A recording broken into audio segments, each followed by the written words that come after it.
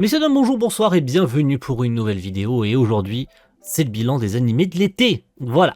Asseyez-vous bien, couchez-vous, mettez-vous confortablement, puisqu'aujourd'hui, on a 11 séries à évoquer. Les séries que j'ai regardées, évidemment, ça coule de source. Je le préviens d'avance sur deux choses avant qu'on commence. Il y a la vidéo des VF. Vous savez maintenant que, à part du bilan des animés, je fais une rétrospective des VF que j'ai regardés dans la saison. J'ai complètement oublié de parler de Dan Dadan. Et il n'y aura pas Witch Watch, parce que je crois en avoir parlé la saison dernière, donc même si certes, il y a le cours 2 que j'aurais pu évoquer, mais je l'ai pas fini, en fait, parce que tout simplement, je suis la VF sur Netflix, et Netflix a du retard sur la VF. Alors on va commencer dans le désordre, puisqu'on va commencer par une série toujours en cours, sur Netflix, même si je pense que 99% des gens l'ont découvert hors Netflix parce que Netflix a fait de la merde et je me décale comme ça, c'est beaucoup plus agréable pour vous puisque vous avez la fiche qui va apparaître ici. On va parler de Bloom ou Kaoru Hana qui est sorti début septembre sur Netflix, le 16 septembre je crois. Donc au moment de cette vidéo, la série sera probablement toujours en diffusion, VOVF bien évidemment. On suit l'histoire de Kaoruko Waguri et de Rintaro Tsumugi qui se rencontrent dans la pâtisserie de la famille de Rintaro, et les deux personnages qui font partie d'une école différente. Donc lui est dans un lycée, on va dire, pour délinquants, si on devait vraiment d'une manière très grossière résumer le trait, et Waguri vient de l'école d'à côté, l'école pour filles de Kikyo, donc lui il est de Chidori, et les deux écoles se détestent. Ce qui fait que les deux personnages évoluent dans des mondes différents, mais le fait de se parler, on va avoir plus tard des relations avec les potes de Rintaro qui vont commencer à fréquenter Kaoruko et son ami plus tard Subaru Oshina. Rintaro qui est quelqu'un de très réservé à cause de son passé, ça a été quelqu'un qui s'est renfermé sur lui-même à cause des remarques qu'il a prises quand il était plus petit, et quelqu'un qui s'est renfermé sur lui-même, là où totalement à l'inverse, Kaoruko est quelqu'un de très expressif, même si elle va avoir très logiquement du mal avec Rintaro au début, parce que c'est le premier garçon à qui elle adresse la parole, et ce depuis le lycée, depuis qu'elle est boursière à Kikyo. Mais c'est leur différence, le fait qu'ils vivent dans un monde différent qui va les rapprocher, et qui va rapprocher leurs écoles, alors pas forcément leurs écoles au sens propre du terme, mais en tout cas permettre de briser le mur qui existe entre les deux écoles d'une certaine façon, même si c'est que l'entame de toute l'histoire, faut le savoir, ça ne se termine qu'à un chapitre spécifique. C'est pour ça que j'essaye de spoiler le moins possible la fin, pour que les gens qui suivraient sur Netflix avec la VF et tout la totale, ceux qui auraient éventuellement attendu, qui se sont probablement tout fait spoil dans la gueule toutes les semaines sur les réseaux sociaux, et qui ont quand même malgré tout attendu la sortie Netflix. Mais en tout cas, c'est une très chouette série du studio Cloverworks, évidemment. Cloverworks, ils ont d'être ça cette saison. J'ai vu beaucoup de gens se dire ouais, ça bouge pas beaucoup. C'est pas non plus fabuleux en termes d'animation, on s'attendait à mieux, c'est vrai, parce qu'on se rappelle tous du trailer pré-animé pour la série, et on savait tous que de toute façon ça ressemblerait pas à ça, le produit final. C'est pas non plus catastrophique, attention, entre le premier teaser pré-animé qu'on avait eu et le rendu final, on n'est pas si loin, mais ça ressemble pas, on n'a pas les fulgurances en termes de compositing, de jeu de lumière, machin, et d'ailleurs ça teasait l'épisode final, mais encore une fois je spoilerai pas. C'est quand même sympathique, voilà, niveau réel, ça casse pas trois pattes à un canard, en même temps c'est pas une série où on lui demande des fulgurances, attention, c'est pour ça d'ailleurs je pense que cette série a été mise sur cette ligne de production. Malencontreusement, en tout cas au moment où j'enregistre cette vidéo, pas de saison 2 à l'heure actuelle d'annoncer, mais je pense, au vu du succès, même si j'ai cru voir, je me suis, j'ai fait des petites recherches de mon côté, et j'ai vu un petit peu les chiffres du manga, parce qu'on rappelle que l'intérêt d'une série animée, c'est de faire une pub pour le support d'origine. Ça n'a pas non plus super bien boosté le manga, L'adaptation n'a pas non plus fait l'effet d'une bombe qui a, comme beaucoup de séries, fait exploser les chiffres du manga. Kaoru Hana semble être quand même passé assez inaperçu, malheureusement la faute à Netflix aussi, il n'y a pas eu de simulcast pendant toute la série, donc évidemment que la série a aussi subi le problème Netflix, ça c'est vraiment malencontreux, et c'est pas la seule qui a subi ce problème là, et c'est encore vraiment casse-couille qu'en 2025 qu'on en arrive à de telles situations. Ensuite, Arknight Rise from Ember. troisième saison du jeu, de l'adaptation du jeu mobile chinois, je crois. C'est Yostar Pictures qui s'occupait de l'animé et je crois qu'il faisait aussi les cinématiques pour le jeu. Voilà, ça me revient. Donc troisième saison, donc qui adapte la suite des chapitres du jeu mobile, et donc cette saison s'est attardée plus spécialement sur le personnage de Tallulah, c'est ça, qui a mis en fait fin au personnage, à son développement, à tout le reste. Et je vais me permettre d'ouvrir quelques petites portes concernant les adaptations de jeux vidéo, parce qu'honnêtement, hein, je l'ai vu passer déjà avant même la diffusion de cette série, donc on a toujours Amiya, on a toujours Doctor, on a pas mal de révélations en ce qui concerne notamment le perso qu'on a en haut là, de l'affiche, là, qui est en fait la sœur de Tallulah, la Chen. Ça me revient, vous voyez, ça me revient. Donc c'est Chen qui déserte son groupe pour aller s'occuper elle-même de sa sœur. Puis plus tard, on a carrément les flashbacks de toute l'histoire de Tallulah, de sa rencontre avec ses alliés, le fait qu'elle ait conçu le groupe de réunion, et qu'est-ce qui l'a fait changer, qu'est-ce qui fait qu'elle est devenue méchante, et qu'est-ce qui fait qu'elle est devenue l'incarnation du mal en fait, hein. Et puis ça a donné les épisodes finaux, les révélations concernant Amiya, pas mal de choses hein, qui, je trouve sincèrement, ont été balancées un peu à la zob. Je sais pas pourquoi, et c'est pour ça que j'en reviens à ce que j'avais commencé à dire à l'instant, c'est que c'était déjà en fait souligné avant même la diffusion qu'il y aurait du skip un peu partout.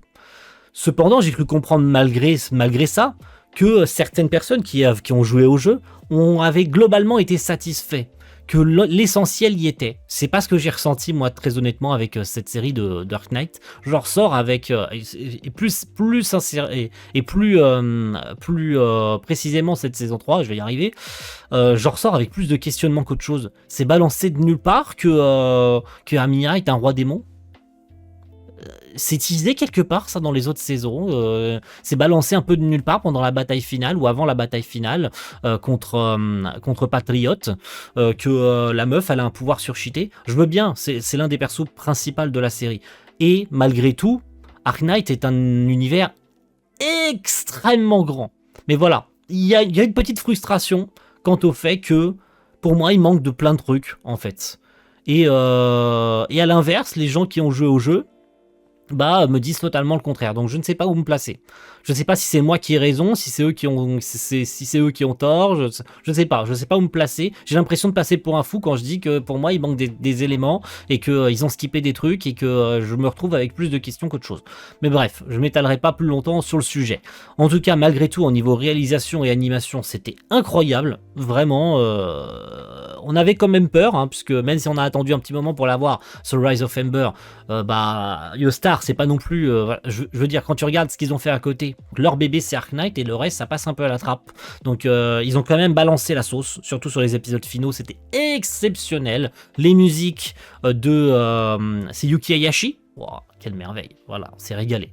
En tout cas, personnellement, j'ai passé 10 semaines vraiment génialissime. Voilà. Est-ce que j'ai aimé? Ça coule de source, évidemment.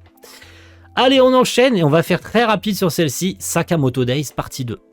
Alors, elle est appelée partie 2 sur Netflix, donc on va appeler ça partie 2, hein, tout simplement. Donc, on continue l'histoire, hein, bien sûr, il est toujours poursuivi par les assassins, ce cher Sakamoto, et un de ces jours, la FJA, c'est ça, est attaquée par Slur en direct. Voilà, il perd pas de temps, le frérot, voilà. On met les choses en place, t'as plein de nouveaux persos qui arrivent, t'as toute une partie, enfin ça c'est tout au début, où ils envoient des assassins qui se sont échappés de prison, tout simplement attaquer les proches de Sakamoto et tous ses potes et lui-même, hein, tout simplement, sauf que je vous le donne dans le mille, ça tourne de court, hein, pour les pauvres assassins qui se font tous, pour les évadés de prison, on va les appeler les évadés, parce que c'est comme ça qu'ils sont mentionnés, ils sont appelés, qui se font tous péter la gueule, hein, ça c'est normal. Shin a du développement, donc évidemment le mec qui rejoint Sakamoto pour la première fois, hein. Voilà, le mec, le blond là, hein, qui on va dire, c'est littéralement, on peut le considérer comme le partenaire de Sakamoto, en fait, tout simplement. Il a une évolution, son pouvoir de télékinésie ou de lire dans les pensées évolue, physiquement il évolue aussi, et dans la seconde moitié de la saison, ils veulent rejoindre la JCC. c'est ça, l'école des assassins, qui forme les assassins, afin de trouver des informations sur Slur, parce que lorsque la FJA est attaquée, ils le croisent. Et en fait, ce gars, Slur, c'est un mec que Sakamoto connaît dans le passé, et qu'il a connu quand il était à la JCC, et quoi de mieux que pour le retrouver, que de retrouver son ancienne identité, parce que même s'il s'appelle plus comme il s'appelle, parce que j'ai pas son nom, hein, vous doutez bien si j'ai dit ça, c'est que j'ai complètement zappé comment il s'appelait, et bien que le meilleur endroit pour retrouver toutes ces informations, c'est à la JCC, là où ils se sont tous connus à l'époque. Et donc l'examen tourne au cauchemar, quand les épreuves partent en cacahuète, et puis on rencontre d'autres personnages qui vont, je suppose, vu qu'ils ont des chara-design différents, avoir de l'importance pour plus tard. Je pense au mec qui utilise ses fils, là, qui affronte Sakamoto, et qui a un flashback, un peu osef, mais le gars qui est en manque d'amour, là, et qui est en manque d'attention, et que Sakamoto rejoint à sa team.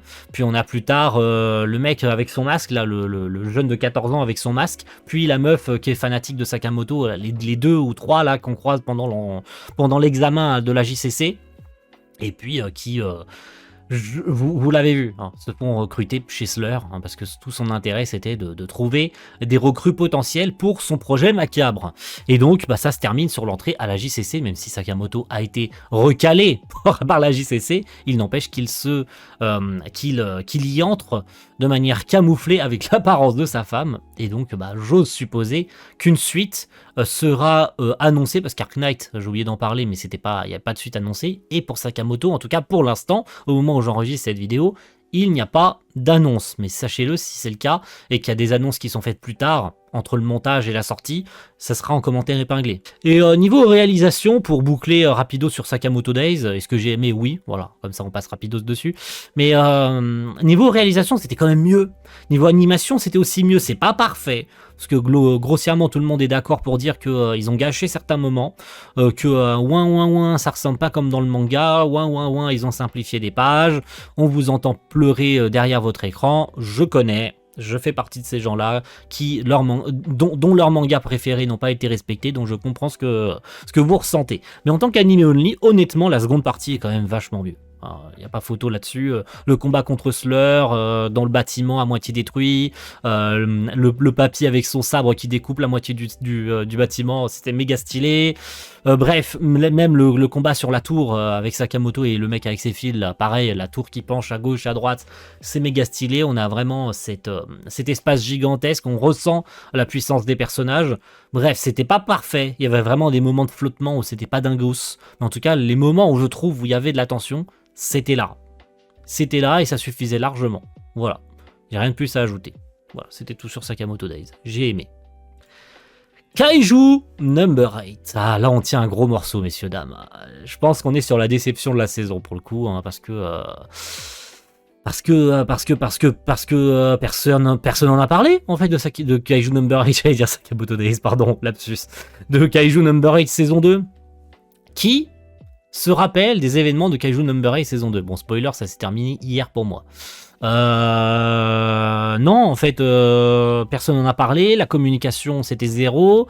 Je me rappelle qu'à l'époque, lorsqu'ils avaient annoncé la S2, on avait attendu genre vraiment très longtemps avant d'avoir un trailer, et je vous le donne dans le mille, ça tout le monde globalement le sait, le manga c'est fini, en fait, de Kaiju Number 8. Et je pense que la fin du manga, j'ai lu le manga, donc je peux vous le dire, maintenant, je spoilerai pas le manga, vous en faites pas. Soyez rassurés. La fin du manga est nulle.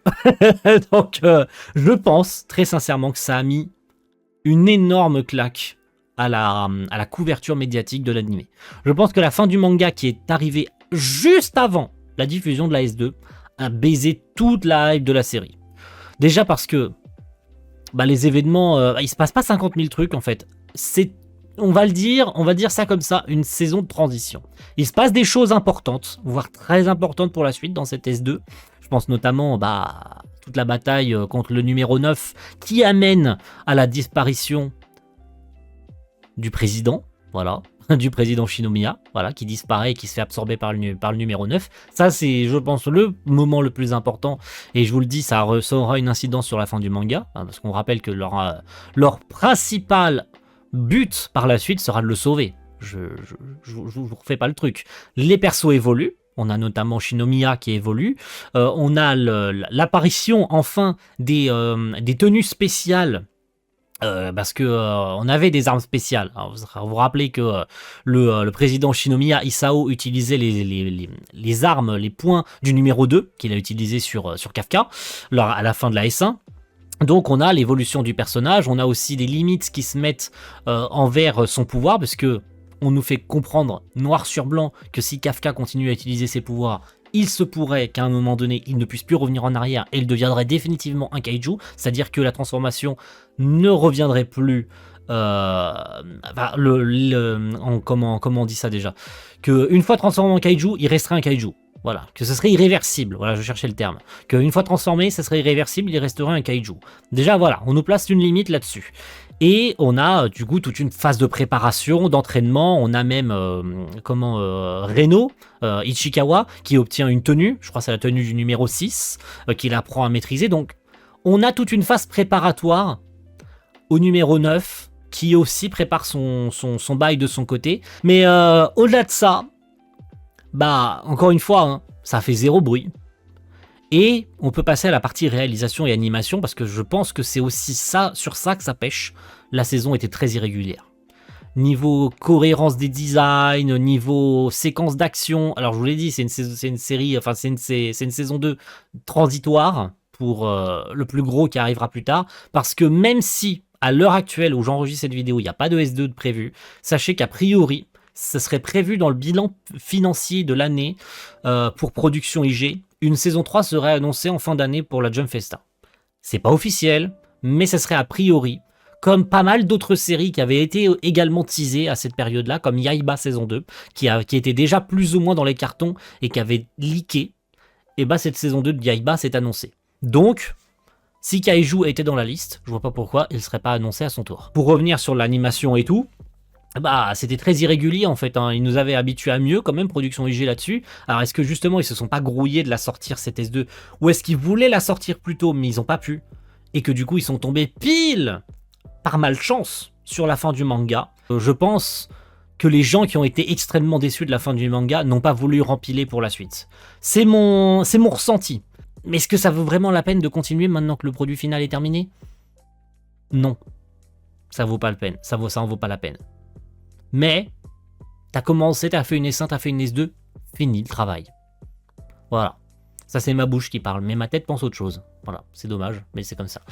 Voilà, c'est tout ce que j'avais à dire sur Kaiju. Excusez-moi de m'être attardé un petit peu sur le sujet. My Dress Up Darling, saison 2. Oh mon dieu, les gars. On s'est régalé.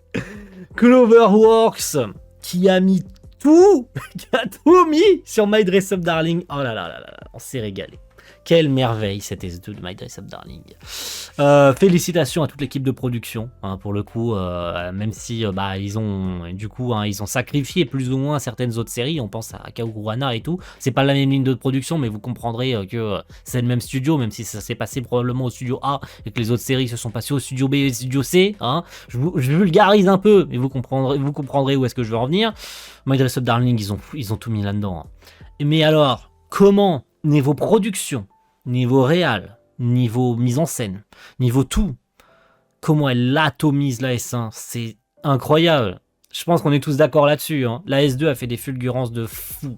La S1, c'est du pipi de chat à côté. Hein. La S1 était déjà incroyable pour son époque. Hein. Quand la S1 est sortie, on était déjà bouche bée par tout le caractère acting, par la façon dont bougent les persos, le jeu des comédiens japonais et tout, qui était déjà au-dessus du lot. C'était vraiment, je crois, de souvenir en 2022, parce que je crois que la S1 est sortie en 2022, la série qui ressortait le plus parmi toutes les séries de l'année ou de la saison à laquelle elle est sortie. C'était celle qui ressortait du lot. Mais alors cette S2, oh mon dieu, mais ils ont fait encore mieux en fait. Alors que, comme Kaiju, la communication était maigre sur My Dress Up Darling. On est vraiment resté sans nouvelles pendant très longtemps. Le premier trailer, il montrait quasiment aucune image. Donc on était stupéfait de savoir ce qu'ils allaient pouvoir proposer. Est-ce que la production était cassée? Il n'y a rien qui dit que la production n'était pas cassée en interne. Hein, mais encore une fois, c'est Umehara, je crois, le producteur de l'animation. Et il a encore fait des merveilles. Hein. Voilà, autant dire ce qu'il en est. Il a rassemblé le monde qu'il fallait. Ils ont adapté pas forcément les meilleurs moments du manga, et ils s'arrêtent à un moment, on va dire, parce qu'il reste plus grand chose, hein. Sachez-le que là, si saison 3 il doit y avoir, et non, il n'y a pas encore de saison 3 annoncée au moment où j'enregistre ces lignes. Ouais, ça commence à faire beaucoup là, hein. Mais il n'y a toujours pas de suite annoncée. Mais les gars, dites-vous bien que si dans un an ou deux ils annoncent une suite, ça sera la dernière. Vous voyez, parce que j'ai lu tout le manga. Donc je sais ce qui reste à adapter. Je sais qu'est-ce qu'ils ont adapté par épisode. Parce que ça a été vu chaque semaine, on regardait combien de chapitres ils adaptaient par épisode. Ils ont parfois mélangé, ils ont adapté des événements, puis ils en ont récupéré d'autres dans d'autres chapitres, et ainsi de suite. Bon voilà, je vous fais pas languir pendant 100 000 ans. Au niveau du contenu, bah, vous avez tous regardé de toute façon. Voilà, on a un arc fantastique. Bah, ça continue, les cosplays continuent. On a le droit au cosplay de la meuf lapin au début. Puis plus tard, on a le droit à la fête de l'école. Même si entre deux, il rencontre le travesti. Je me rappelle pas de son prénom, mais c'est littéralement ça en fait, hein. C'est un gars qui se cosplay en fille. Voilà, il n'y a aucun problème avec ça, encore une fois. La série le met suffisamment en avant, mais il n'y a absolument aucun problème avec ça. Au contraire, je trouve le personnage vraiment incroyable. Et puis après, bah, il y a le festival de l'école, dans laquelle bah, on a une scène qui avait déjà marqué dans le manga, où elle se cosplay en la meuf sur scène et tout, avec le costume blanc et tout. C'était vraiment phénoménal cette scène, hein. Déjà qu'on l'attendait, mais elle nous a scotché, hein. Vraiment, la mise en scène est dingos. Elle nous a complètement fumé la tête. C'était incroyable. Et puis pour le reste de la saison, c'était tout ce qui tourne autour du cosplay de groupe, où on revoit enfin Juju et sa sœur Shinju qui rejoignent un cosplay de groupe pour faire le jeu d'horreur là avec les meufs autour d'une table et du sang partout. Voilà, toutes les bonnes sœurs, hein, voilà, vous vous souvenez tous de cet arc là. Et puis bah, il nous reste plus qu'un seul arc. Voilà, à notre arc. Je voulais pas faire la vanne, mais c'était trop tentant.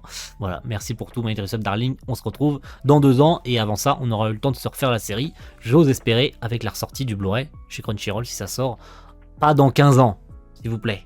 Merci. Et on continue avec la dernière série de Cloverworks, Bunny Girl Senpai. Alors, il y a énormément de choses que je pourrais dire. En vrai, je pourrais allouer une vidéo entière sur Bunny Girl Senpai, parce qu'il y a tellement de choses à dire là-dessus. Alors, je vous le donne dans le mille, hein. Si je commence par ça, on va y passer 1000 ans. Mais, bah, probablement, beaucoup de gens n'ont rien compris à cet S2. Voilà, on commence déjà très mal, hein. Simplement parce que il y a eu une saison 1, vous vous rappelez tous de ça. Il y a eu un premier film, Dreaming Girl, qui se concentre sur le personnage de Shoko Makinohara, où il se passe pas mal de choses intéressantes. Puis à la suite de ça, il y a eu 2 autres films.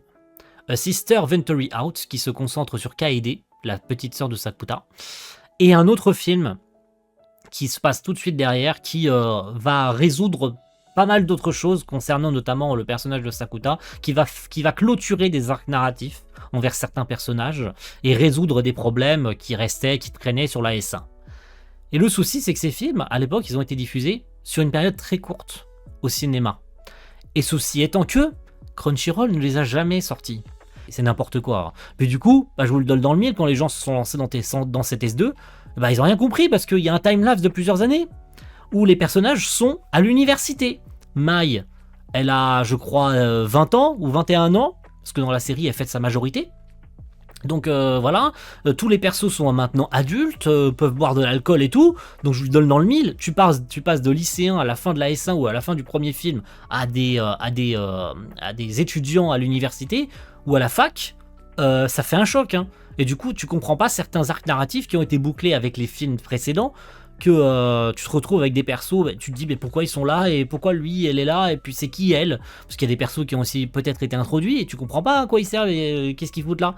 Bah oui, forcément, puisque t'as pas vu les films d'avant. Donc je vous le dis dans le mille, je vous le donne dans le mille, ça a été catastrophique au niveau de la compréhension de la série. T'ajoutes à ça, et ça c'est purement personnel, tous les gens qui font pas l'effort de comprendre Bunny Girl Senpai et qui osent te dire c'est de la grosse daube, de toute façon on comprend rien et on se fait chier dans cette série. Non, ça c'est encore autre chose. Voilà. Ça, voilà, les gens qui font pas l'effort de comprendre Bunny Girl Senpai et qui préfèrent se dire c'est de la merde, on comprend rien, ça on peut pas grand chose pour vous. Voilà.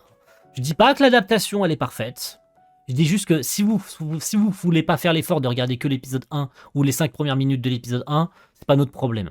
Maintenant que de dire que la série on comprend rien dedans parce que vous avez pas fait l'effort de comprendre, pas non plus notre problème, tu vois. Et bah c'était génial, voilà, j'ai vraiment aimé. Autant c'est vrai, j'avoue que il y a eu certainement du skip de toute façon parce que en 12 épisodes adaptés autant de tomes du roman, je crois qu'ils ont adapté 4 tomes du roman sur cette saison 2 de Bunny Girl, ça fait beaucoup hein, quand même, hein, 4 tomes pour 12 épisodes, je vous le donne dans le mille, ça fait beaucoup, sachant que une suite a été annoncée pour Bunny Girl Senpai, qui sera un film. Et là, je vous vois sauter au plafond. Oh, je vous vois, mais je vous vois. De toute façon, ça a été dit sur les réseaux sociaux il y a quelques jours à la fin de la diffusion de l'épisode final, qu'il y aura un film qui mettra fin à la licence, hein, sachez-le. Voilà, ça mettra fin définitivement à Bunny Girl Senpai, puisqu'il ne reste que 2 tomes des romans à adapter, puisque le roman est fini.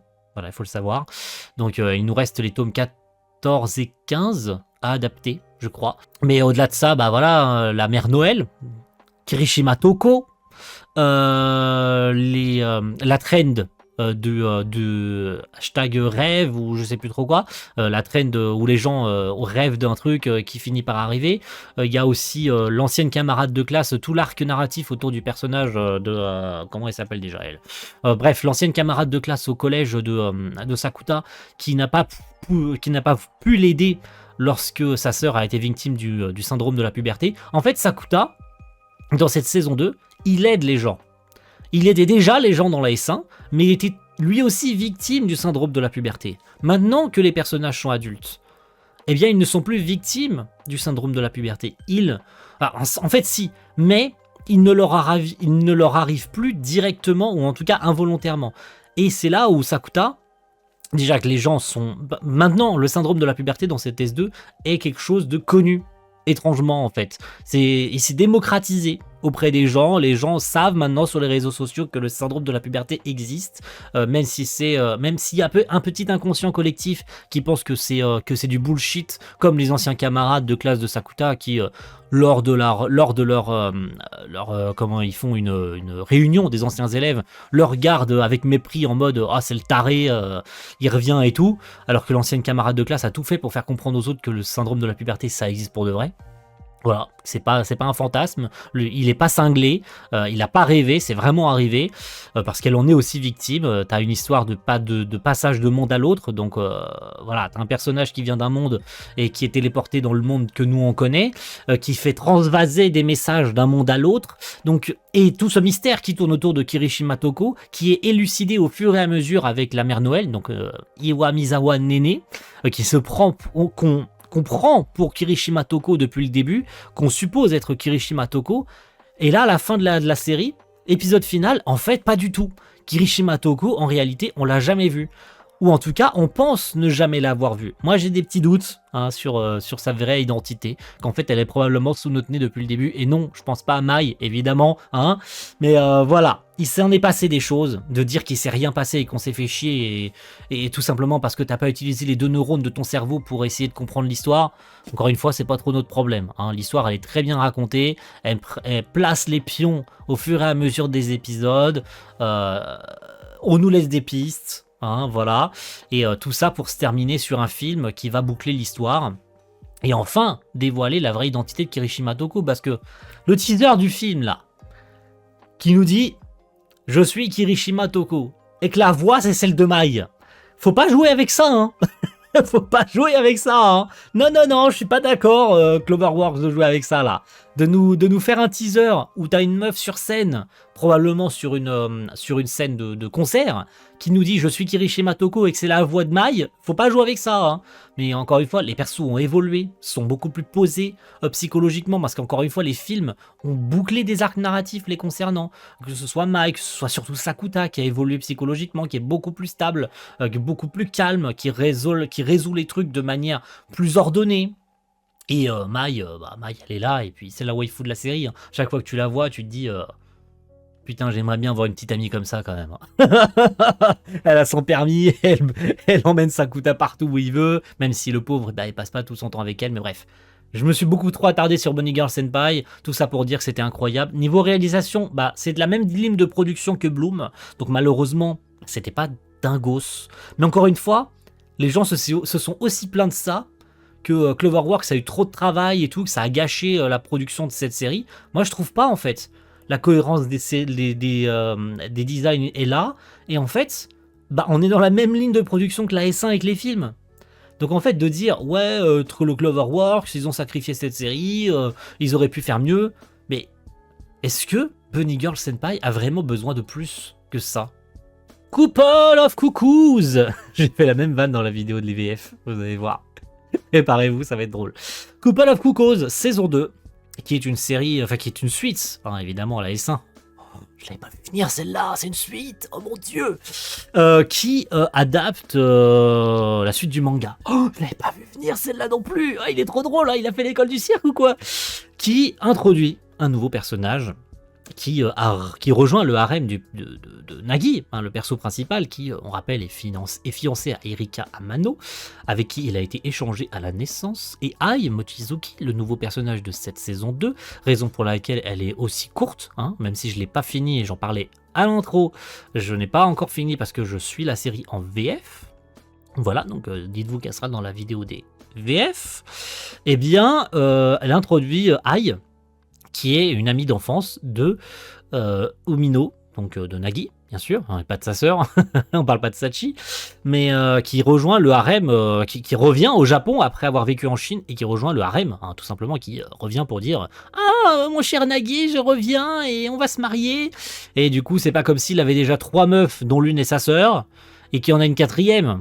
Bon, tu vois où tu te situes au niveau de la fainéantise, hein, voilà, le niveau de fainéantise, il est là. On est vraiment sur le harem parfait. Le gars, il est amoureux d'Hiro, mais en fait, Hiro, elle peut pas se marier avec lui. Puis il est amoureux, enfin, il doit se marier avec Erika, mais Erika, l'aime pas, hein, tout simplement pour l'instant en tout cas. Donc on est dans le classico-classique. Qui parmi les 4, et si j'ose espérer, il y en ait pas d'autres plus tard, qui parmi les 4 va gagner et se marier avec Kumino à la fin? C'est le coup classique, hein, vous connaissez hein, maintenant. Voilà. Ça a d'ailleurs changé complètement de studio. Alors on était chez Tezuka Production, je crois, sur la saison 1, voilà. Et on a switché complètement de staff, complètement de studio. Niveau réalisation aussi, ça a complètement bougé. Les designs ont changé, tout la totale. Je préférais la S1, pour être tout à fait honnête avec vous. Je sais pas, j'ai trouvé la production moins intéressante, même si elle a essayé des choses différentes au niveau des têtes des personnages. Je sais pas. J'ai très honnêtement préféré la S1 là-dessus. Je trouve qu'elle était beaucoup plus proche des designs des personnages du manga. Et là, la S2 a tenté quelque chose de différent. Parce que forcément, nouveau character designer et tout, donc changement total d'esthétique. Et pourtant, je trouve qu'on a régressé. Autant sur les premiers trailers, tu te dis waouh, ils ont quand même upgrade par rapport à avant. Et puis finalement, tu regardes les épisodes et au fil des épisodes, tu te dis en fait, ils en ont peut-être trop, ils ont peut-être voulu trop en faire sur cette suite. Et puis, j'ai rien à ajouter niveau scénario, hein, puisque Ai elle est là et puis elle essaye de tout faire, tout ce qui est possible et imaginable pour piquer Nagi aux autres. Hein, voilà. Puis comme je connais pas la fin de la S1, je peux pas aller jusqu'au bout. Donc malheureusement, je m'arrête à ce que j'ai vu, hein, tout simplement. Hein, elle qui essaye désespérément de rentrer en conflit avec les autres meufs afin de récupérer Nagi pour elle toute seule. C'est tout l'intérêt, j'ai envie de dire. Mais voilà, et puis niveau production, je pense avoir fait le tour. Est-ce que j'ai apprécié malgré tout, même si je l'ai pas fini au moment où j'enregistre ces lignes? Bah oui, je passe un plutôt bon moment, et puis la VF elle est bien, donc voilà, c'est plutôt cool. J'ai aimé la S1, puisque je l'ai en Blu-ray d'ailleurs, elle était sortie aux éditions Crunchyroll International, là vous savez, les coffrets moches là, avec les bandes bleues. Où c'était affreusement cher pour ce que c'était. Bon, heureusement ça a disparu aujourd'hui, mais c'était quand même agréable à regarder, mais sans plus quoi, voilà. C'est tout. Allez messieurs dames, on approche des 4 dernières séries, accrochez-vous, on y est presque. Voilà. La magie du montage fera heureusement son œuvre pour essayer de condenser tout ça, mais il nous reste Dan Dadan, saison 2, à mentionner et évoquer. Je sais pas trop quoi dire, pour être tout à fait franc avec vous, j'ai moins aimé cet S2 que la S1. Ouais, ça doit vous surprendre, hein. ça doit vous surprendre. Déjà que j'ai pas spécialement apprécié la S1. Ça a énormément... Je trouve qu'ils ont fait énormément de forcing sur Dan Dadan. Puis la S1 était plutôt sympa. Même si tu sens que niveau production, c'était déjà pas ça. Il y avait des rustines à droite à gauche sur la production de la série. Niveau contenu, on sait globalement tout, parce que même à l'époque, chez nous, ça avait survendu le manga et tout, donc on était harcelé de Dan Dadan matin, midi et soir sur les réseaux sociaux et tout, parce qu'il fallait absolument que Kazé Crunchyroll vende le manga à tous les influenceurs manga de la terre entière. Et puis l'animé est arrivé avec une grosse promotion, Science Saru, machin, bidule, truc, chouette, vous allez voir, ça va être incroyable. La S1 était sympa, mais sans plus. Puis la S2, elle est arrivée probablement trop vite, en fait. Et ça se voit encore plus avec cette S2 qui a énormément de rustine au niveau de l'animation. C'est sympathique. Le premier cours, notamment lié au serpent et à la maison de Gigi, parce que ça s'était terminé sur ça, hein, sur l'arrivée dans la maison de Gigi. Pour en savoir plus sur ce qui s'est passé, pourquoi sa maison est hantée, puis ça part sur le ver, sur le dieu de la montagne, sur le démon, comment il s'appelle, le démon qui prend possession de Gigi, comment il s'appelle, l'œil maléfique, voilà, excusez-moi, tout ce qui tourne autour de l'œil maléfique, les épisodes étaient trop cool, vraiment, c'était agréable à voir, mais j'attendais pas avec impatience Dan Dadan, étonnamment, voilà, je suis désolé. J'attendais pas spécialement Dan Dadan, mais c'était sympa à suivre. Hein. Mais honnêtement, même niveau production, je pense qu'il y avait mieux à faire. Vraiment, très honnêtement, il y avait des trucs sympathiques à regarder. Encore une fois, je reviens sur les épisodes avec l'œil maléfique et tout, c'était cool à voir. Mais tu sens qu'avec un peu plus de temps, et pas parce que c'est Science Saru ou quoi, hein, encore une fois, même le générique, je l'ai trouvé moins bien que la S1, tu vois. Après, c'est difficile de passer derrière Creepy Nuts. Hein. Il y a le nouveau personnage à la fin, là, qui arrive avec ses lunettes et qui est doublé par, par la voix d'Alphonse Elric en VF, hein, voilà. En tout cas, pour la VF d'ADN, évidemment, parce qu'il y a toujours de doublage sur cette série. Mais j'ai complètement zappé d'en parler, voilà, m'en voulez pas, je suis désolé, j'ai complètement zappé d'en parler de Dan Dadan, alors que j'aurais pu, hein, parce qu'il y avait des nouveaux rôles intéressants à mentionner sur cette S2, mais voilà, j'ai zappé, je suis désolé.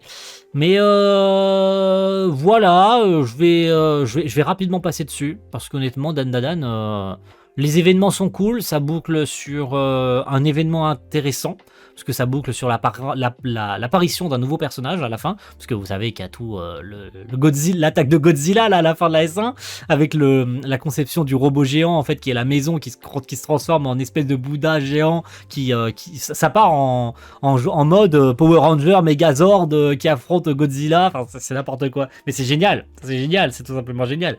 Et puis après à la fin, t'as l'arrivée d'un personnage où tu t'attendais pas du tout, qui était caché à l'intérieur du Godzilla et qui vient embrasser Okarun. Et ça va pas le faire du tout pour Momo. Mais cette saison a quand même rapproché Momo et Okarun beaucoup plus qu'on l'espérait. Et ça aussi, c'est des moments qui étaient très sympathiques à regarder. Le passage quand elle travaille dans le café le soir là et qu'Okarun l'attend au froid pour la raccompagner chez elle, masterclass, absolu de cinéma. Mais voilà, moins attiré que la S1 pour le coup, mais c'était quand même sympathique. On va parler d'une série que je m'attendais pas du tout à regarder. C'est par pur hasard que j'ai lancé l'épisode 1 parce que j'ai vu des passages sur YouTube. Il s'agit de la série Mikadodo Sisters, qui raconte l'histoire de Yu, le fils d'une actrice extrêmement connue qui décède. Et le pauvre Yu est, comment on pourrait appeler ça, recueilli par le père Mikadono, qui l'accueille chez lui, enfin chez ses filles, parce qu'il est jamais présent à son domicile, et il doit s'occuper, enfin il doit aider, venir, on va dire, jouer un peu les hommes à tout faire, tout simplement, pour ses 3 filles, ses triplés, et le petit va s'avérer quand même vachement utile pour aider les sœurs qui ne sont pas proches du tout les unes des autres, et Yu va jouer les intermédiaires pour rapprocher les 3 sœurs, dont l'une est très forte, dont chacune a une spécialité. Donc t'as la plus à gauche, je suis désolé si ça me revient pas, le nom des 3 sœurs. Il y a que celle qui est la plus proche, donc à droite, je vais commencer par elle, c'est Miwa, qui est très forte au shogi. Celle du milieu, c'est Kazune, je crois, qui est très forte qui est une actrice, voilà, tout simplement.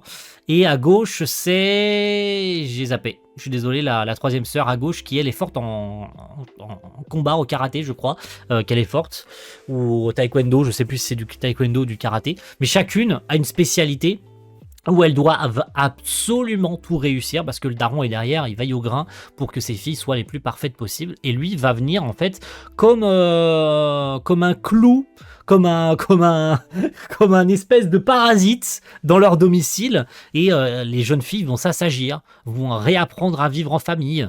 Il va leur faire des dîners tous les soirs pour qu'elles mangent ensemble à table, alors qu'avant elles mangeaient toutes séparément dans leur chambre. Elles mangeaient que des plats pas forcément très appétissants, puisqu'elles ne faisaient que manger pour subvenir à leur quotidien, hein, puisqu'elles doivent avoir des régimes drastiques pour garder la ligne, parce qu'il faut absolument qu'elles aient un corps parfait. Et je vous le donne dans le mille, bah du coup, encore une fois, je reviens là-dessus, mais Yu va venir jouer les cailloux dans la botte, hein, pour changer tout ça. Lui qui rêvait d'une vie de famille, une vie de famille qu'il n'a jamais vécue avec sa mère, qui est décédée après que... seulement au moment où il commençait à se rapprocher de cette dernière, lui qui a jamais été proche de sa mère, puisque c'est un cas raté, il a beau être le fils d'une grande actrice, il n'a aucun talent. Donc en gros, il rentre dans une école avec des jeunes talents, mais lui, il est nul en tout. En fait, hein. Il n'est pas un bon acteur, il n'est pas bon en sport, il n'est pas bon en études. Par contre, il sait faire le ménage et il sait faire la bouffer. Et c'est ça sa plus grande force, et c'est ça qui va faire que il va rejoindre la famille des Mikado et les rassembler tous ensemble et leur donner du courage et leur dire bonne journée pour qu'elles aient une bonne journée. Et quand elles rentrent le soir, tout est fait, la maison est nettoyée. Elles ont tout un plat spécifique pour elles. Bref, il va venir jouer les petits frères, certes, parce que c'est le plus petit des trois, mais au-delà de ça, leur relation va évoluer au fur et à mesure des épisodes. Niveau production, ça casse pas trois pattes à un canard, mais ça suffit largement pour ce que ça proposait. Voilà. Je me suis peut-être un peu trop attardé, mais étonnamment, j'ai vraiment apprécié cette série plus que je l'imaginais. Donc voilà, c'est pour ça que je me suis attardé un peu dessus. Veuillez m'en excuser, mais en tout cas c'était vraiment sympathique. Et j'ose espérer qu'un de ces quatre y ait une suite. D'ailleurs j'ai oublié de dire pour Dandadan, je crois qu'il y a une saison 3 qui a été annoncée pour Dandadan. Par contre pour Couple of Cuckoos, non. Pas de suite annoncée au moment où, en tout cas, je crois pas avoir vu passer qu'il y a une suite annoncée. De toute façon, vu le temps qu'a mis la S2 à arriver, voilà, c'est pas si grave que ça. Et pour Mikadono, pas de suite annoncée pour l'instant, mais ça serait cool parce que j'ai cru comprendre que les arcs suivants sont plutôt pas mal. Voilà, il va se passer des trucs sympathiques à mon avis, hein, puisque que ce soit sur cet essaim où il a pris chacune des filles par le callback et leur a dit voilà toi t'es bien, toi je t'emmène en rencard et toi je t'aide pour ton tournoi de shogi, et enfin chacune des filles a eu le droit à son petit arc narratif pendant la saison, chacune a eu le droit à son encouragement et jusqu'à ce qu'elle soit de nouveau soudée et qu'elle se sourie, qu'elle mange à nouveau ensemble et qu'elles vivent comme des sœurs au sein même de leur propre foyer, hein, tout simplement. Voilà, c'était sympathique et je suis étonné d'avoir autant apprécié cette série. Allez messieurs dames, il nous en reste pas du coup 2 mais 3, hein, parce que je m'en permets d'en rajouter une sur la fin. On va parler de Lulidoc du studio Bind.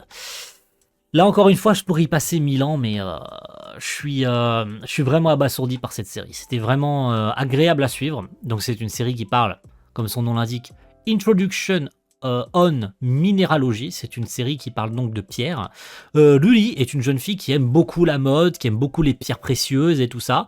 Elle fait la rencontre de Nagi et de Imari, qui sont deux chercheuses, à l'université spécialisée en pierre, en minéraux, et grâce à elle, hein, même si elle rencontrera d'autres personnages tout au long du chemin, on va, à travers leurs yeux, à travers toutes les explications qu'elles vont être capables de nous donner, comment trouver des pierres, quelles sont leurs particularités, comment elles sont arrivées à tel endroit, comment certaines pierres se forment, comment le saphir...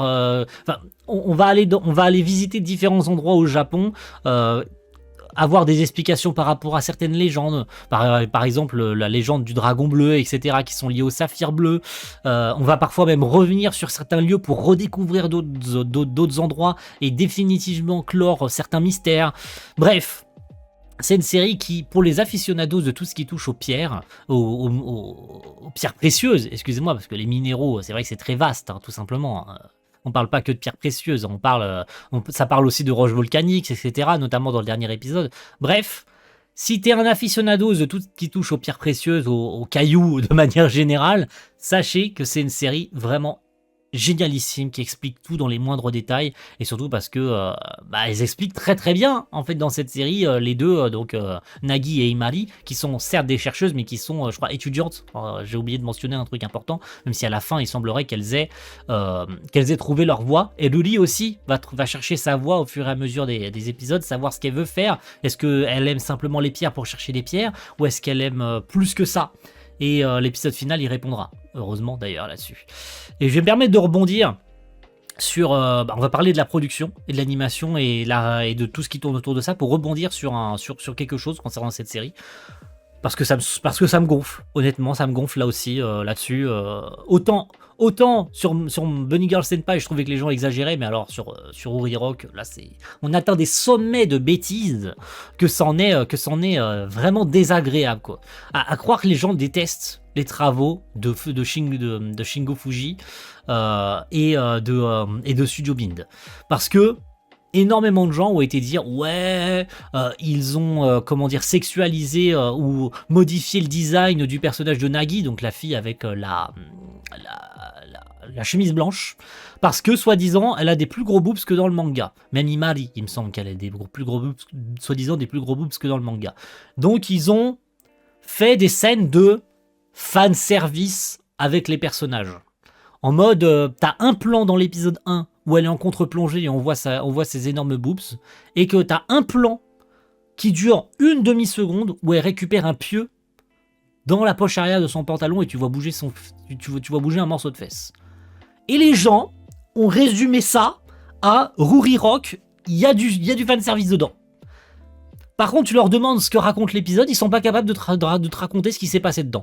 Par contre, ils se sont très bien souvenus que Imari et que Nagi ont des seins énormes. Hein. Résumer une série qui parle de pierre à deux meufs qui ont des seins qui ont des nibards énormes et un bout de fesse qui bouge. Ok, c'est vrai qu'il y a l'épisode final, hein, où elles sont dans le bain. Et c'est vrai qu'il est censuré d'ailleurs, il faut le savoir, ils ont mis de la fumée pour cacher un peu. Ça s'entend. Mais on vous rappelle une chose, que Imari et que Nagi, elles sont majeures. Oui, parce que faut le savoir, hein, elles ont plus de 20 ans. Donc, c'est quoi votre putain de problème ? On ne sexualise pas une mineure, là, ce que je sache. Pourquoi vous nous cassez les couilles, là ? Il y avait tellement dans cette série des plans faciles à faire. Bind, on les connaît, on les a vus avec Onimai. Ils avaient des plans faciles à faire. Genre les meufs à moitié à poil, les plans culottes et j'en passais des meilleurs. Même des plans avec Ruri, qui est lycéenne, où ils pouvaient la sexualiser un max, ils l'ont pas fait. Alors pourquoi vous résumez cette série à un plan en contre-plongée et une animation de 2 secondes d'un morceau de fesse? C'est magnifique. Cette série, elle est vraiment exceptionnelle niveau animation, niveau réal. Il y a tout ce qu'il faut. Vous pensez sincèrement qu'ils pouvaient pas faire des plans fanservice comme ça? C'était facile. C'était trop facile. Et pourtant, ils l'ont pas fait. Donc, je trouve ça vraiment, mais grossier et vraiment, enfin c'est, je dirais pas honteux, mais comment on pourrait le dire déjà?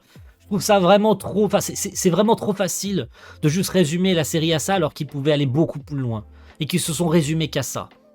Et qu'en vérité, les vrais plans de fanservice de la série, il y en a que 2 vraiment, alors, même pas grave en soi, on s'en bat les couilles. Ruri, pendant 4 minutes, j'ai calculé, pendant 4 minutes, dans l'épisode, je crois, 8 ou 9, on s'en fout, elle est à la plage avec ses copines, elle plonge dans l'eau, elle est en maillot de bain. Et là encore, est-ce qu'ils ont fait du fanservice? Non. En fait, vous savez pas utiliser le terme fanservice, vous l'utilisez à tort et à travers, donc vous savez même plus ce que ça signifie pour de vrai, en fait. Franchement, on souffle, hein. Franchement, on souffle, hein. Vous êtes agaçant, hein. Franchement, franchement, dans l'eau, il y en a vraiment certains qui devraient se remettre en question, hein. Vous êtes vraiment, vraiment des abrutis, hein. C'est incroyable. Bref, voilà, je me suis trop attardé là-dessus, je me suis mis au niveau de ces gens-là, alors j'aurais pas dû. Et je m'en excuse. Mais voilà, les termes sont dits, maintenant on peut passer à l'avant-dernière série de cette vidéo. Et c'est pas forcément la meilleure. Avec Tate no Yusha, saison 4. Je vais étonnamment pas m'étaler dessus parce que, sachez-le, il y a une vidéo sur la VF de façon globale sur la série qui sortira, pas forcément tout de suite, mais qui sortira. Mais aussi le résumé de cette saison 4. Donc en fait, je m'étalerai plus longtemps sur cette saison 4.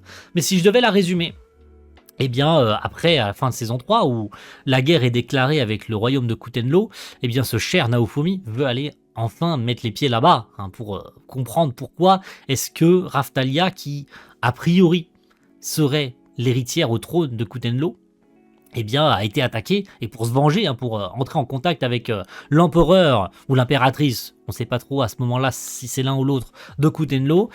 Puis finalement, on a une première moitié de saison qui va se concentrer sur Fall et Atla et leur passé, puisqu'on va rejoindre une cité qui fait le lien entre la fin du continent et Kutenlo, qui va leur permettre de prendre un bateau pour aller jusqu'à Kutenlo. Voilà. Je devais résumer grossièrement. Souci étant qu'ils vont se retrouver bloqués dans cette cité pendant quelques jours, puisque les gens de cette cité sont très très fans du héros au bouclier, mais aussi parce que ce royaume, il y a des années, a subi une guerre dans laquelle les parents de Fall et Atlas sont morts. Et ce conflit va finir par éclater à nouveau avec le mec lion là, hein, le connard là, qui fait genre je suis gentil, croyez en moi, et en fait le gars à des kilomètres s'est cramé que c'est lui le méchant. Mais bon, ça c'est pas grave, hein. Voilà. Et puis finalement, Fall et Atla remettent tout à plat et on apprend enfin ce qui s'est passé, hein, que c'est lui qui a tué les parents de Fall et Atla, enfin le père en tout cas, qui l'a trahi dans le dos et qui lui a planté dans le dos comme un gros connard, que le roi de Melremark, oui, vous savez, le fils de pute là qui s'en prenait à Naofumi tout le temps, là, qui a été jeté dans les cachots là, et qui se balade de temps en temps dans le château et qui maintenant regarde plus trop devant lui, et qui en voyant Fall et Atla a tiré une tête très étrange, en mode je les connais tu vois, en mode je suis sûr de les connaître. Eh bien en réalité, le roi de Melremark est l'oncle de Fall et Atla. Pourquoi? Eh bien tout simplement parce que la mère de Fall et Atla était la sœur du roi. Voilà, tout simplement. C'est aussi simple que ça. Fall et Atla sont des hybrides humains tigre blanc. Ils ne sont pas 100% homme-bête. Voilà.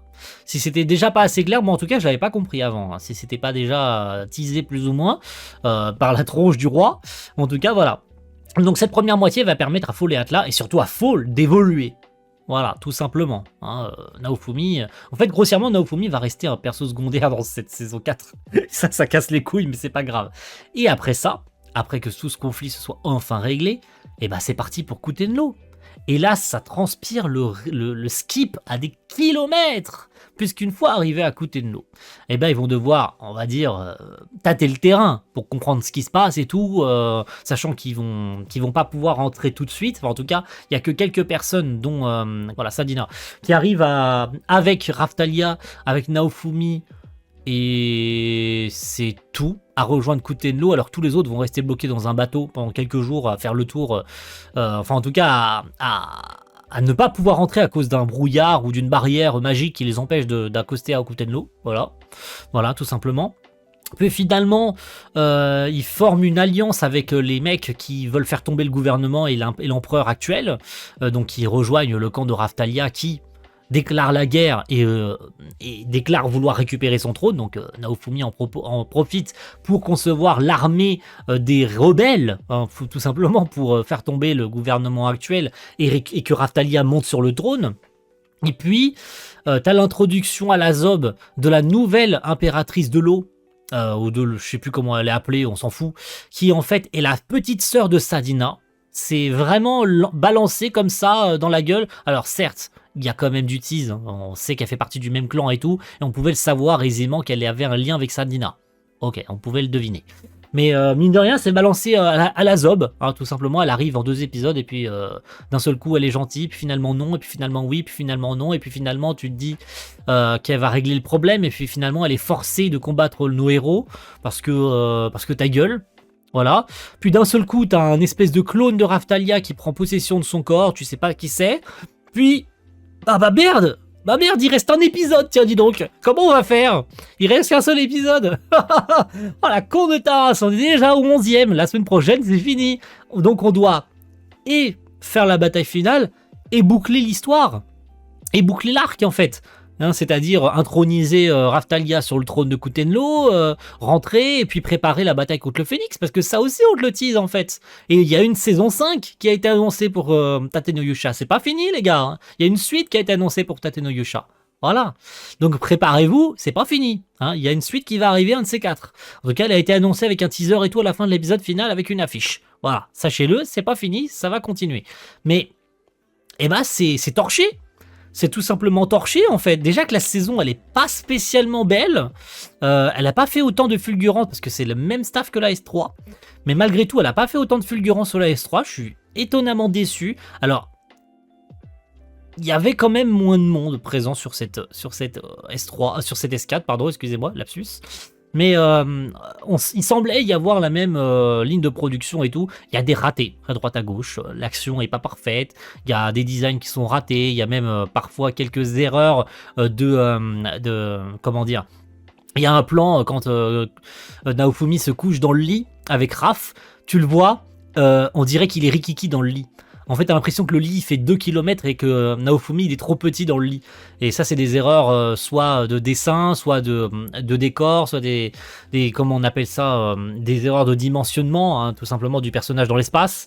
Mais bref, c'est pas parfait, mais c'est pas catastrophique non plus. Moi, je m'attendais à ce que la production s'effondre. Et c'est pas effondré tant que ça, mais il n'y a pas eu autant de waouh que la fin de saison 3, où il y a vraiment eu de très belles séquences d'animation. Là, j'ai pas ressenti ce waouh.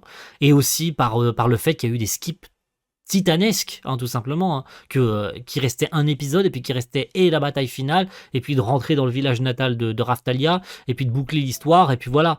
Et tu sens que ça a été torché, mais torché, genre c'est bon, on a vaincu le méchant, mais en fait il y avait même pas de vrai méchant. C'est bon, on a réglé le problème. Retour au bercail les gars. C'est bon, Raftalia elle est la nouvelle empereur de Kutenlo. Voilà. C'est génial, hein. Tu sens qu'il manque 12 épisodes en fait. Et ils ont dû torcher tout trop vite, en fait. C'est vraiment dommage pour le coup. Là, autant la S3, je l'ai défendue, autant la S4, je peux pas la défendre. Je peux étonnamment pas la défendre. Et je vais devoir faire un résumé de ça pour la S4. Pour la S5 qui va arriver, un de ces quatre. Donc, arrive un de ces quatre. J'ai pas voulu celle-ci non plus, je suis vraiment désolé. Donc voilà, c'est ma déception de la saison, Tate no Yusha, parce que ça commençait bien. Puis finalement, il s'est pas passé grand-chose. Donc en fait on se demandait quand est-ce que ça commence vraiment. Parce que là on m'a vendu Kutenlo, on m'a vendu l'attaque du Phénix qui se prépare et tout. Et j'ai passé la moitié de la saison bloqué dans une même ville. Et puis le reste de la saison tu sens qu'ils n'avaient pas le temps et qu'ils ont dû se dépêcher. Que la bataille contre l'Empire, contre Kutenlo, elle a duré 3 jours et puis voilà parce qu'il n'y avait pas le temps en fait. C'est trop dommage. Et vraiment c'est trop dommage. Voilà, c'est un beau gâchis en fait, je trouve, cette saison 4, parce qu'il y avait vraiment mieux à proposer, mais malheureusement, c'est le syndrome des adaptations de light novel. Quand il n'y a pas le temps, on coupe tout ce qui n'est pas important et on garde que l'essentiel, parce qu'il y a trop de blabla en fait, hein, tout simplement. C'est pas la première fois qu'on en parle, hein, tout simplement. Hein. Et puis voilà. Et puis, messieurs, dames, on va boucler, et ça sera au montage que j'ajouterai l'affiche, si jamais j'en trouve une, mais j'en trouverai bien une, ne vous en faites pas, avec Dr Stone. Évidemment, j'allais oublier Dr Stone, les gars. Dr Stone, saison 4, partie 2. Voilà, dont l'ultime partie a été annoncée pour 2026. Voilà. Sachez que la prochaine partie qui sera diffusée en 2026 sera la dernière, puisqu'il ne nous reste plus grand chose à adapter. Voilà. Mais malgré tout, il s'en est passé des choses. La fuite des États-Unis pour fuir. Comment il s'appelle, Stanley, hein, qui a poursuivi nos héros pendant toute la saison pour récupérer, on rappelle, Zeno, hein, tout simplement. Hein. Pendant ce temps-là, aux États-Unis, eh bien, ils ont réussi à remettre en fonctionnement une Médusa, puisqu'ils en ont trouvé des Médusas, des centaines de milliers, mais qui fonctionnaient pas. Voilà. Et puis, forcé de se cloîtrer dans une forteresse de fortune jusqu'à ce que Stanley arrive et les tue les uns derrière les autres, mais que Senku, dans un dernier élan d'essayer de sauver tout le monde, malgré que Suika, qui était censé tous les sauver et se préparer à les dépétrifier, se fasse attraper. Et bien là, ça a commencé à être le massacre, hein, que ce soit les guerriers les plus forts comme Kohaku, merde, comment il s'appelle, Tsukasa et autres, qui n'ont pas fait long feu face aux armes à feu. C'était pas voulu là non plus, je suis désolé de faire des jeux de mots là, con. Et puis, qu'est-ce qu'on a eu d'autre? Bah, Taiju qui Sophie, ça a été un massacre. Ça a été dur à regarder. Les épisodes ont choqué du monde, hein, je pense. Hein. Tu vois Taiju se faire exploser par une grenade au sol sans bouger et t'as Gen à côté qui lui dit ah tu te relèves, hein, tu te relèves, hein, tu te relèves toujours. Et puis en fait non, il est mort, hein, tout simplement. Et que Suika finit par être celle qui va tous les sauver. Et un épisode que j'attendais depuis longtemps, c'est-à-dire Suika qui va passer 7 longues années à essayer de reconcevoir comment on appelle ça, de l'élixir de dépétrification avec de la fiente d'animaux. Désolé de le dire comme ça, mais c'est littéralement comme ça que ça s'est passé. Qu'elle, au bout de 7 ans, a réussi à libérer Senku et Suika a grandi, hein, tout simplement. Ça c'était vraiment un truc qui m'avait vraiment marqué dans le manga et je l'attendais particulièrement dans cette adaptation et je suis vraiment très fier de ce qu'a fait TMS sur cette adaptation de Dr. Stone et particulièrement dans cette partie parce qu'ils m'ont régalé, hein, vraiment. C'était un épisode que j'attendais toutes les semaines, hein, vraiment. Merci pour tout, c'était super.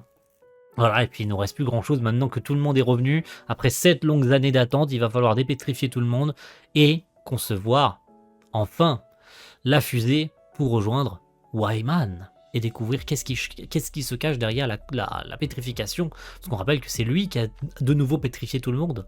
Mais il va falloir enfin avoir le fin mot de l'histoire et aller sur la Lune pour trouver Wyman qui s'y situerait. Donc voilà, c'est prévu pour 2026. Attendez ça avec impatience. Et puis voilà, on arrive au bout. C'était long, c'était fastidieux. Je me suis attardé énormément, je pense notamment sur Bunny Girl Senpai et sur Ruri Rock. Mais il fallait dire les choses en face parce qu'à un moment donné, ça casse les couilles. Ça plaira pas à certains que j'ose dire des trucs comme ça, hein, mais ça m'est parfaitement égal. Oui, je suis protégé derrière mon écran, et alors ça vous fait quoi? Moi au moins je vous dis les choses en face, hein. Vous êtes des cons et c'est tout, c'est comme ça. Point. Et si ça vous amuse de continuer, bah continuez, hein, je vous arrêterai pas, de toute façon je suis personne pour vous dire quoi faire, hein, mais à un moment donné, il y en a certains qui devraient vraiment se remettre en question parce que c'est vraiment délirant et agaçant de voir ça. En même temps, c'est pas compliqué, hein, ça vient de Twitter. On rappelle que Twitter est l'antre du démon, hein, que les gens là-bas ont généralement de gros problèmes mentaux. Ça aussi c'était gratuit. En même temps tout le monde le dit, hein, donc je suis pas le premier, je serai pas le dernier. Donc voilà, grosso merdo, voilà où est-ce qu'on en est. On se donne rendez-vous dans 3 mois, à la fin de l'année, enfin, ce sera plus début d'année prochaine en fait, hein, voilà, pour le bilan des animés de l'automne 2025, puisqu'après ce sera l'hiver 2026, en janvier. Donc voilà, on se retrouvera à ce moment-là. Donc merci à tous pour cette année, pour tous les bilans des animés que j'ai fait. Et j'espère que ce format vous plaît toujours autant, même si quand il y a beaucoup d'animés à évoquer, même si dites-vous que la saison prochaine, il n'y aura pas non plus 50 000 trucs. Si vous avez vu les animés que je vais faire en React et tout, il n'y aura pas 50 000 séries. Sauf s'il y en a qui se rajoutent dans le lot, comme Mikado no Sister et tout, il peut y avoir des surprises qui se rajoutent au fil de l'eau. Mais c'est pas souvent, hein, voilà. Puis après, généralement, les séries, je les rattrape plus tard. Quand je vois qu'il y en a certaines que j'ai pas vues dans la saison précédente, je me fais un petit tour sur les sites comme Notijon et tout. Je me fais une petite liste de ce qui pouvait être intéressant et que j'ai loupé et que je pourrais regarder plus tard. Quand j'ai un trou et que j'ai pas 50 000 séries à regarder le soir et tout. Surtout qu'en ce moment, je me fais un petit rewatch de l'intégrale de Kuroko no Basket. Voilà, je cherchais le nom, excusez-moi, j'ai eu un petit trou. Et puis voilà, n'hésitez pas à me dire aussi en commentaire, vous connaissez le schmilblick, qu'est-ce que vous avez regardé vous cette saison en animé, enfin la saison passée, évidemment l'été, qu'est-ce que vous avez regardé cet été? Qu'est-ce qui vous a plu? Si parmi celles que je vous ai évoquées aujourd'hui, est-ce que vous les avez aimées? Est-ce que vous n'êtes pas d'accord avec moi? Si vous avez des argumentaires contre moi, je l'entends, l'espace commentaire il est ouvert tant que vous restez cordial et que vous avez un argument valide et que vous restez tout simplement correct, hein, dans les commentaires, hein. Sinon vous connaissez la chanson, hein. Mon espace commentaire n'est pas un terrain de chasse ni une zone de guerre. Et puis voilà, merci à tous et rendez-vous en 2026 pour le bilan des animés de l'automne. Ciao tout le monde, bye.